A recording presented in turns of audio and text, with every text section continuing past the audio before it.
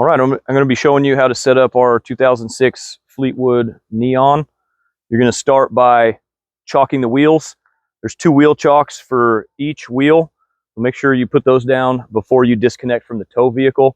You're going to have to disconnect from the tow vehicle in order to slide the bed all the way out. So make sure the wheels are chalked.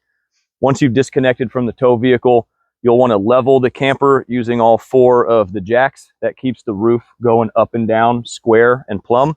So we've got all that set up for you, and we're going to move into the rest of the setup. There's 4 latches that hold the roof down, 2 on the driver's side, 2 on the passenger side. So we'll open all 4 of these latches.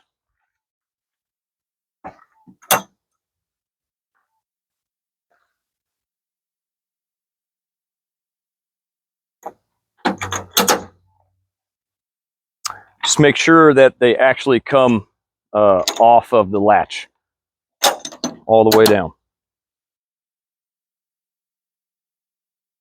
And we can unlock this rear half door, this plunger. Let me show you that again. By turning the key, we'll pull this plunger out, and then there's still a deadbolt that holds the door closed. So you'll want to operate this clockwise. Depending on how you've tweaked the jacks to get the thing level, you may have to just jiggle the door a little bit to get it to open. There's a button strap on this side to keep the door open. And then before we can raise the roof, we need to provide battery power. So this big red switch here is to get the 12-volt battery power on. And then the up and down switch for the roof is the second one here.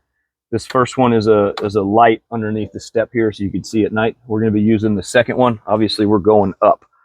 Critically important over here on this side that you're paying attention to this jack, the lift cylinder here. There's a piece of red tape there. You're going to want to stop the roof when you see that red tape. Otherwise, the shear pin for this electric motor will break right off of the lift mechanism, and you will be stuck with the roof all the way up. You will not be able to move. So absolutely pay attention to this cylinder and stop when you see the red electrical tape. Coming up.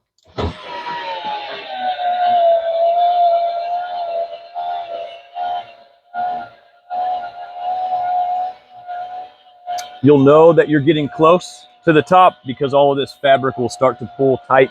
It's not going to be super tight, but it'll be obvious that you're nearing the top.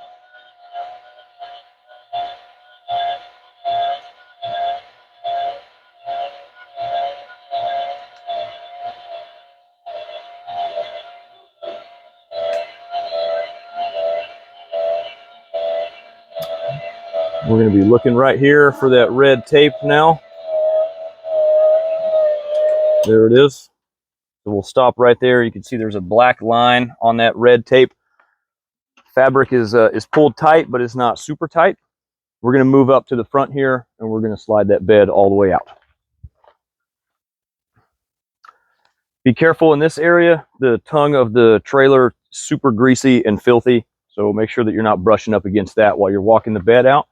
2 handles at the front of the bed to use to pull this thing out gently.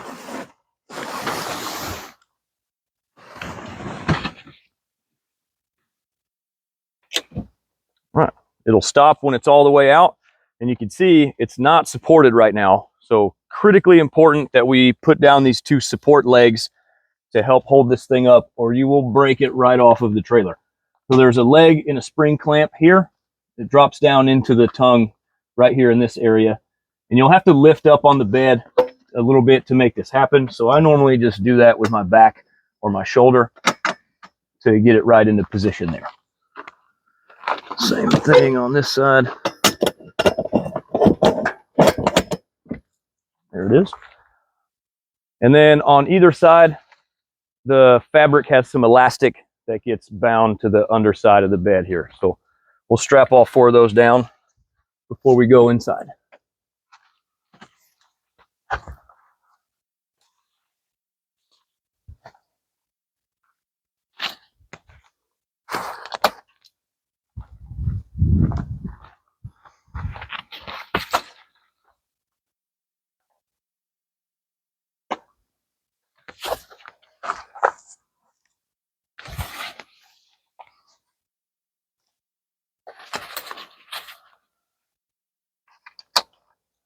All right, you can head inside now.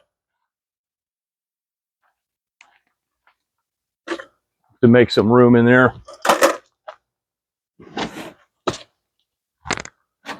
This equipment is stored here. Obviously the bed slides over this bench area, so nothing can be above that area when you're stowing stuff in here.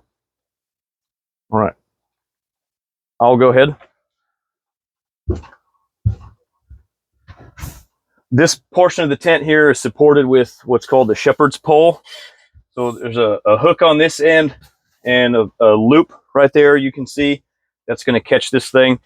And then it's adjustable with a couple of these holes here. I've got it marked so you can kind of figure out where the hole is going to be. So I usually have it on the shortest. This is the last one, which makes this pole as short as it can be. If you make it any longer than that, you'll have a hard time getting the shepherd's hook up in its bracket. So we're just going to catch the hoop here, push the tent material up, and then it goes right in this bracket here. Operate that button to get it up in the position.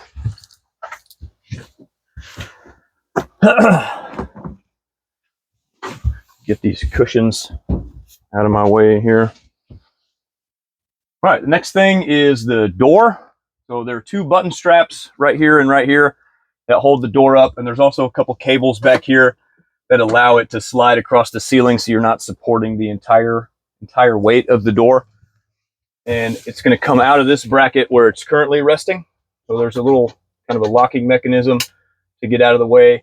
And if you see, it'll come up out of that track. So I'm just going to get it out to make it a little easier on myself. I'll get it up and rest it on those tabs. But while it's in the road position, those tabs will be in those holes. So kind of get it out of the way, make it a little bit easier on yourself. So disconnect the button straps.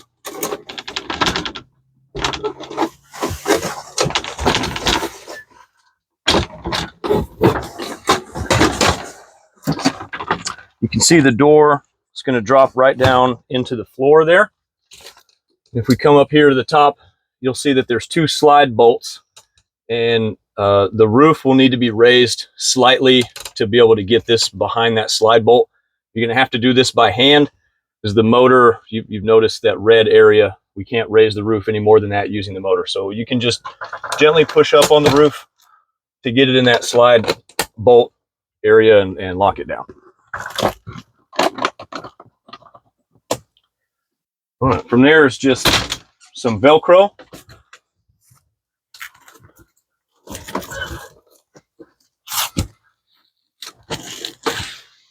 I'll let you hop out so you can take a look at that Velcro.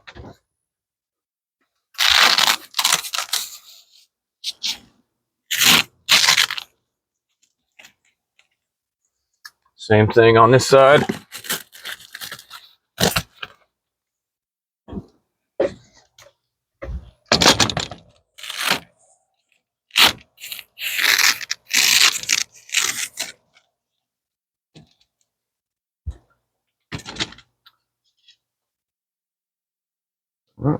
And you're ready for camping.